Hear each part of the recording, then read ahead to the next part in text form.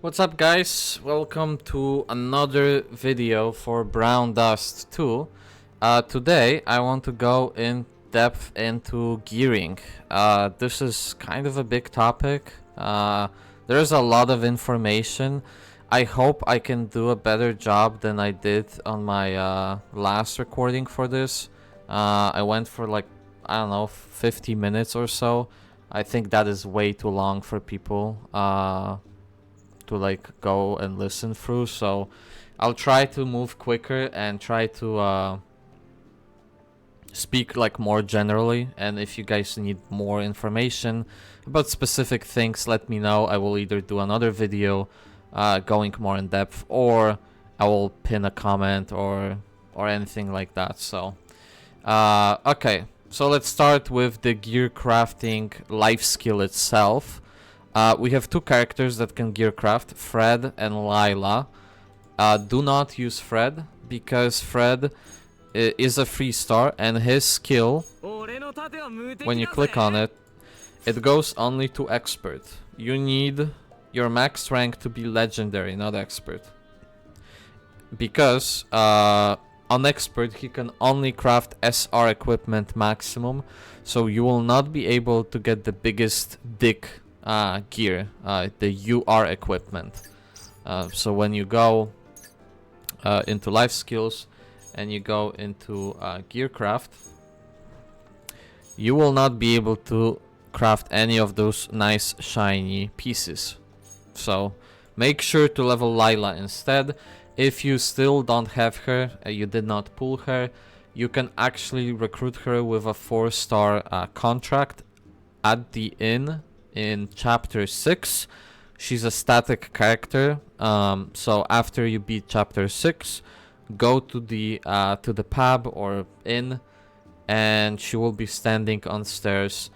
She will always be there until you recruit her once. Okay, so she's a guaranteed character, and get her as soon as possible and start leveling the gear craft as soon as possible.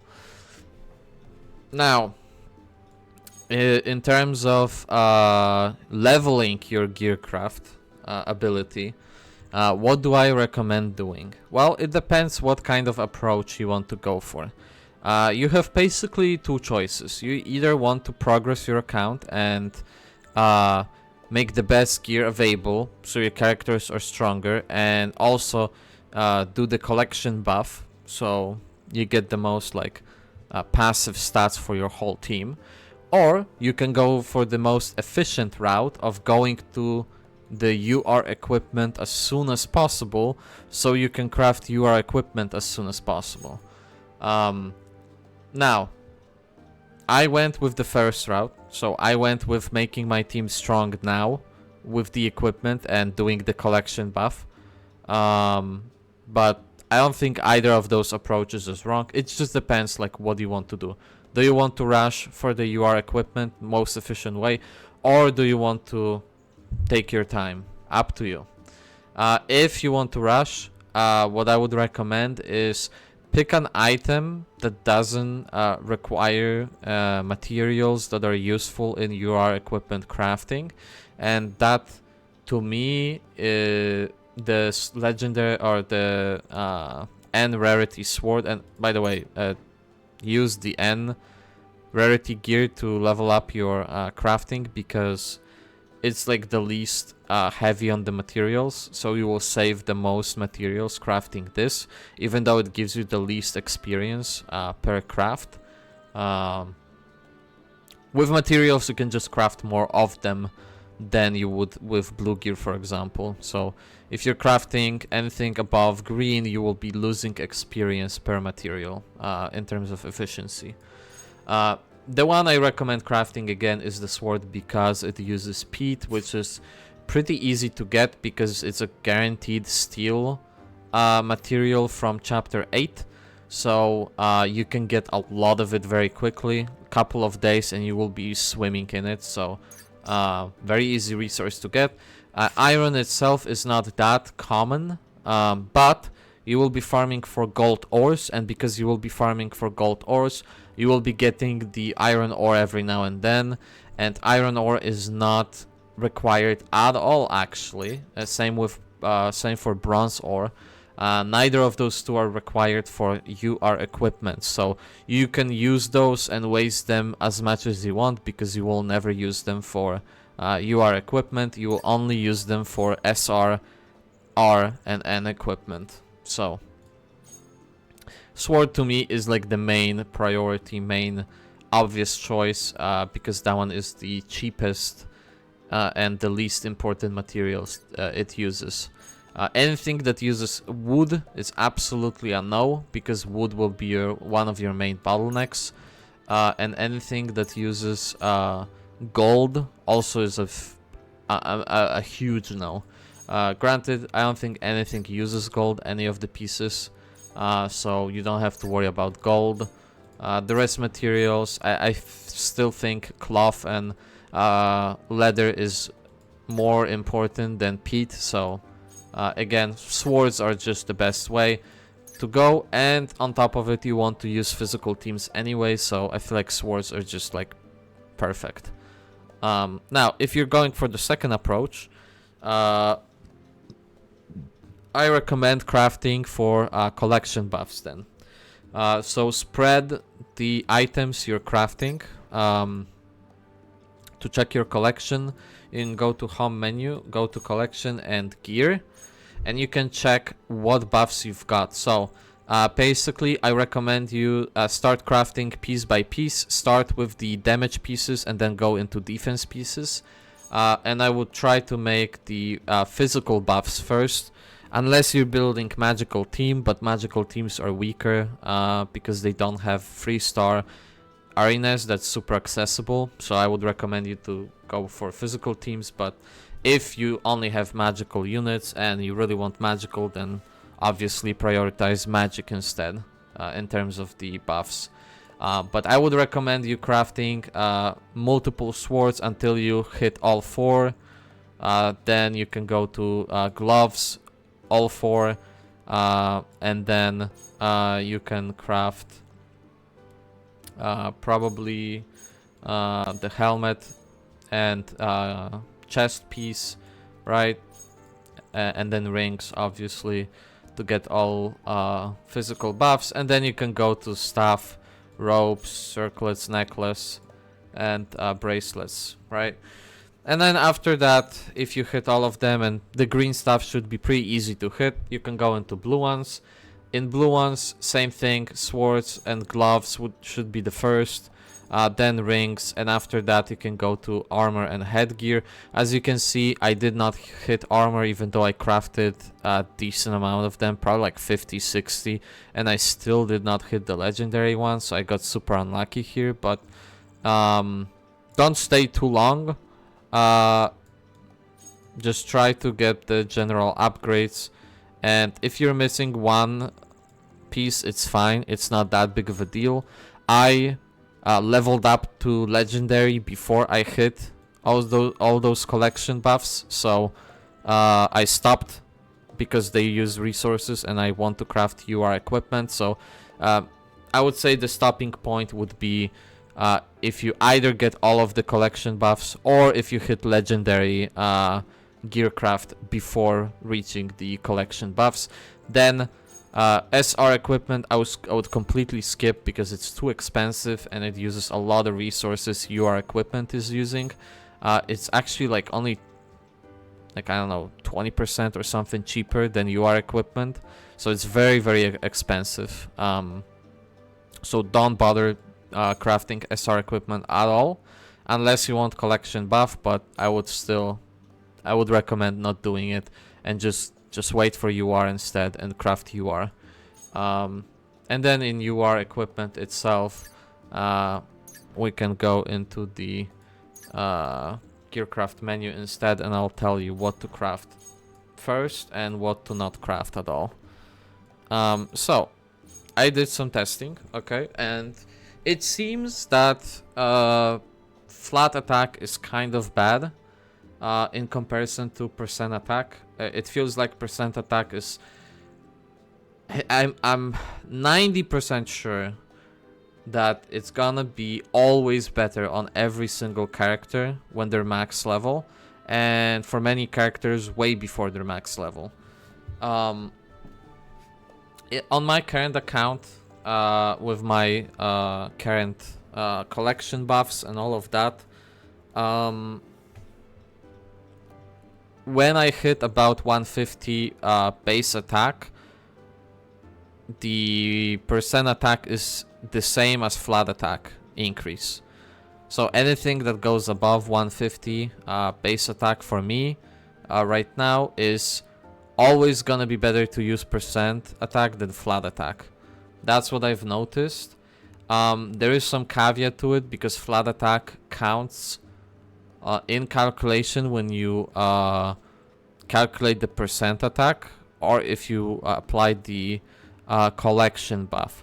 So for example, if let me see, if you get 30 flat attack here, this 30 flat attack will also get affected by this 20%, right? So this 30 attack, you will also like calculate 20% of the 30 flat attack, right? Which would be what, 6 attack, I think, right? So in actuality, this will be 36 attack with those 20 counted in. Now, the other way around is not true, because if you had double percent, well, percent doesn't increase the percent in any way. So there is that flat attack does get into calculation of the percent ones. So they kind of act like a base attack. Same for collection buff. So if you have 27, for example, percent collection buff, that also gets calculated off of base attack plus your flat attack on all your gear pieces. So that's something to mention. But even though that is the case, it still feels like flat attack is just not good enough, and percent attack is always better. That's what it feels like. If someone has like proof that that's not the case late game, especially on max levels, so we're talking level 60 for 3 stars, level 80 for 4 stars, and level 100 for 5 stars, then let us know in the comments. But in my experience, percent attack is always better. So in terms of equipment, I recommend you to craft is anything that has crit damage or percent attack. And now I'm talking from the perspective of someone who doesn't care about PvP and who doesn't care much about AFK farming right now.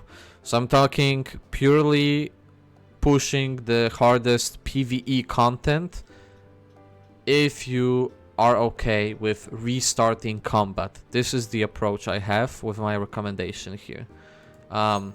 Crit damage is the best because you can get a bunch of crit rate just from the buffs from characters, and you get some passive crit rate on characters just by default on few of them. And also some gear pieces will just have optional or whatever stats of crit rate here and there. So you will be sitting usually around like 50% crit with all the buffs and stuff. So 50-50 to crit, I think that's decent enough. And because we have the restart button now for combat, if you don't land crits, well, just restart. If you land, then you do big damage because you've invested a lot into crit damage instead, right? So absolutely crit damage swords for any character that can crit, which is any character that doesn't do true damage. So Justia does true damage on her skill, meaning her skill cannot crit. Her basic attacks can crit, but her skill that does true damage cannot. So make sure not to stack crit rate or crit damage on characters that use true damage or do true damage through their skills, unless you want to make them hit hard on out attacks, which up to you if that's what you want to do. Now, for the characters that cannot crit, Hammer is an obvious choice. So for Ustia, for example, that's what I'm using. Flat attack because it's static. You like all swords have flat attack, and then second stat, percent attack. This is what I would go for. I would never craft javelin, so don't bother with it because it's double flat, and like I talked about, flat attack is just worse. Now next. The gloves, the crit rate gloves, I would absolutely never craft this. First of all, I think crit rate is not a good stat, honestly, in this game. You can get way more of it from just buffs and passively, and you can restart combat, so it's not as important. The only time you would care about it is if you do either PvP and you want consistency, or if you're doing PvE farming, like auto farming, and you need consistent crits to kill enemies and not get damaged. Then crit rate is important, but I don't think I would be wasting my precious resources to craft UR level of equipment just for the consistency and have way lower damage. I don't think it's worth it. Plus, I think crit rate values are way too low. 6.66% crit rate as a number, I think is just way too low in comparison to other stats you can get. So I don't think it's good. Now this glove is not great either because it has flat attack. So same thing as the spear. This is a clear winner. Double percent attack. I think this is the strongest glove, and pretty much the only glove you should be going for in that regard. Now, in terms of armor pieces, I honestly think the best one is this one that gives you HP percent. The reason for it is it seems like, first of all, you get a lot of HP percent in comparison to armor or magic resist, but on top of it also the HP percent, the more HP you have, the more tanky you are, regardless of if the enemy uses the magic attack or physical attack, because your HP pool is bigger. So I think in that regard HP is more valuable, because if you stack defense or stack magic resist, then the other type of damage will hit you way harder, right? So you can like negate one type of damage or reduce it by a lot, but the other one will fuck you. Well, if you stack a lot of HP, then neither of the damage can really fuck you because your HP pool is so big, right? So that's the armor I would be recommending. Exactly the same story holds true for the helmets. Again, I would go for percent HP. I didn't do any calculations with HP and flat HP, but I'm gonna assume it's the same exact thing as with the attack. HP percent probably will be the best on pretty much every character. That would be my assumption. Now, for the rings, or for the jewelry all together, and by the way, for magic, everything that I said for physical things is the same for magical things. Exactly the same pattern follows. If you want magic resist instead of armor, again with HP percent as well. So that holds true for the weapon. You want magic and then percent magic again. And then for gloves, yet again, you want double magic attack percent. So everything holds true for those things. Now, again, for the rings themselves and necklaces, necklaces give crit rate. So again, I think it's not worth it. And this is where I will show you why I think crit rate is so weak. It gives you at max 6.66, right? On both stats. So you get like what, 13 crit rate total. Well, let's look at the ring now instead. Crit damage 40-40, so 80%. So let me ask you, in pretty much any game you played, like Genshin maybe, or Honkai Star Rail, or E7, any game like that you played, what would you rather have? 80% crit damage or 13% crit rate? And I'm gonna tell you that in any other game I played, I would always take 80% crit damage over 13% crit rate, and I feel like this is the case here as well. And even more so because you can get crit rate buffs from characters on field, or passively you have some crit rate. So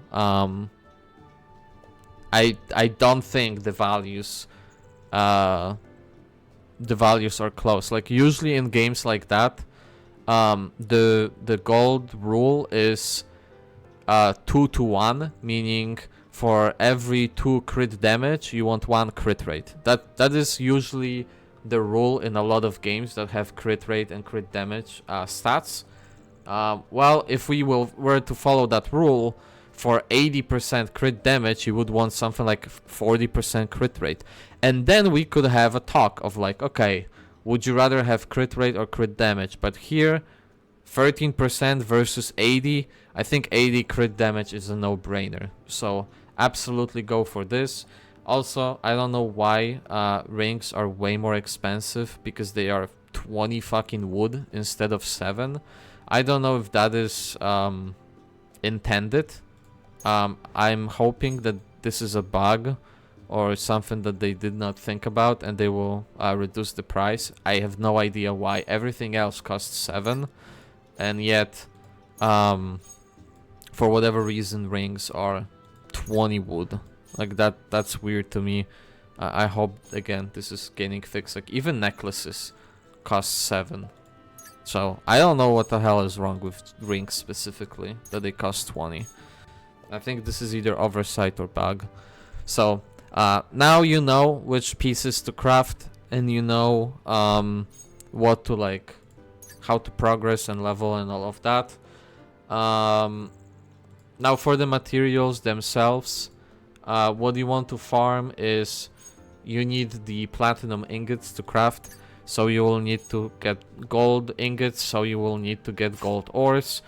You can get gold ores from stealing from NPCs and from searching the green glitters on maps from chapter 1, 2, and 7. So those 3 chapters you should be doing on daily basis. Steal from all NPCs in those chapters.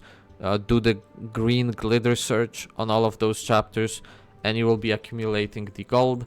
If you need even more gold, when you're not farming slimes for EXP, you should be farming hunting grounds in chapter either 2 or chapter 7. Make sure to farm the highest difficulty you can, which is actually something I need to show you because it's something I did not know, for example. So I'm in chapter 1, right? And I did normal, hard, and very hard. So let's go to this teleport right here. And I will run to the hunting grounds really quickly.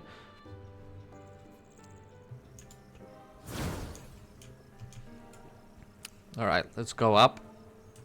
And I will show you right here. So you can actually change the difficulty of the hunting grounds. It's not something I noticed before, but in front of every hunting ground there is this sign that you can interact with, and by changing or clicking the arrow, you can change what difficulty the hunting ground will be. So for example, I can change to hard. Now when I enter, enemies will be of hard difficulty. So if you've already beaten chapters, make sure to set this to the highest difficulty possible for the most rewards. Unless you're not comfortable, like your characters cannot comfortably clear the content, then obviously you can reduce the difficulty. But overall, try to do like the highest difficulty possible so you can get the most resources possible. I know chapter 7 might be a bit tough. I think I would be farming chapter 1 very hard instead of chapter 7 hard right now. It's not as comfy, the hard, like I'm still lacking damage to clear it comfortably, so for the time being I'm stuck in chapter 1 personally. So yeah, keep that in mind. That's for gold ore. For peat, that you then convert into coal, then you convert into anthracite. This you can get a lot of in chapter 8 from stealing and searching, and in terms of stealing, this is I think the only thing you can steal, so you're guaranteed to get peat from all NPCs you steal in chapter 8. That's why, like I said, you will get a lot of it very quickly if you really need it. Hardwood, the only place you can get is the steals from I think chapter 1, 2, and 7. I think all of those share a wood as their steal and search option. Actually, search option maybe not. I know in chapter 1 search option gives you wood often, but the main source other than those will be hunting grounds in chapter 1. So yeah, you will be able to get the resources that way. Actually, I forgot that chapter 1 doesn't drop gold ores that often, so ignore gold ore tip. Gold ore you want to do the same thing but in chapter 2, because I also cleared chapter 2 on very hard, so that's what I was thinking of, so sorry.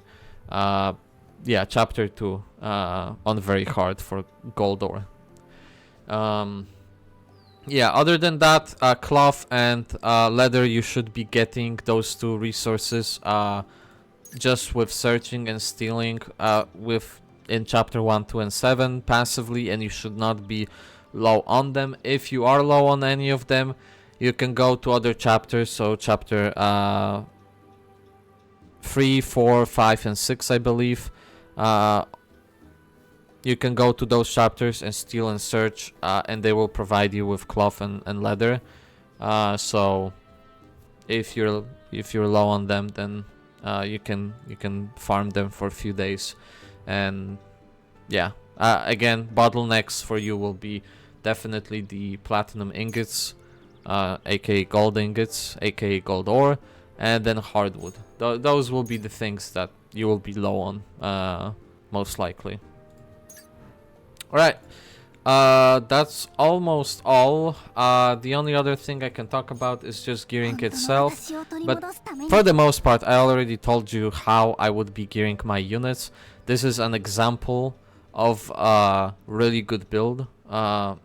It's not finished yet, obviously, like my weapon is only SR not UR, so it can still be improved, but same with the ring, it's also only R not UR. But this is the main idea I have in mind in terms of PvE, pushing PvE content. As you see, we stack as much attack as possible, percent attack that is. We have 20% crit rate passively on this character, and then we get 30 from Arena's buff, so we're sitting on 50% crit rate in fights, which is pretty good. And then we stack as much crit damage as humanly possible. I'm almost 300%, so that is a big crits that do like almost 3 times the normal damage of my skill. So this is huge, okay? And that's how I would recommend you gearing your characters. So as you see, you go for the attack percent, and then crit damage option is, in my opinion, the best option you can get. Yeah, I don't think it even gives you the list of what you can get here, but crit damage in my head is the best stat you can have as an option. So those gloves are, I don't think I'm gonna find better ones. Like I might not find in years better ones than those, honestly. Then for the ring, obviously, again, crit damage you want, and then the armor pieces don't really matter. And then for weapon, if you have exclusive, then of course exclusive. If you don't, then you are. If the character can crit, then crit damage 1. If your character cannot crit, then percent. So for example, on Justia, I'm using, because I don't have her equipment, I'm using this, which unfortunately is just the base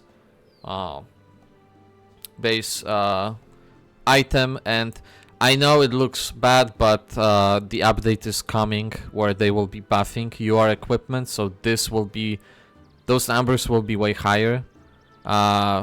Because I know people now are talking, oh, UR equipment base level is not even better than legendary of the R rarity, and that is true right now, but soon when the update comes, that will change. So it's still worth upgrading, and it will be useful after the update because it will have higher stats.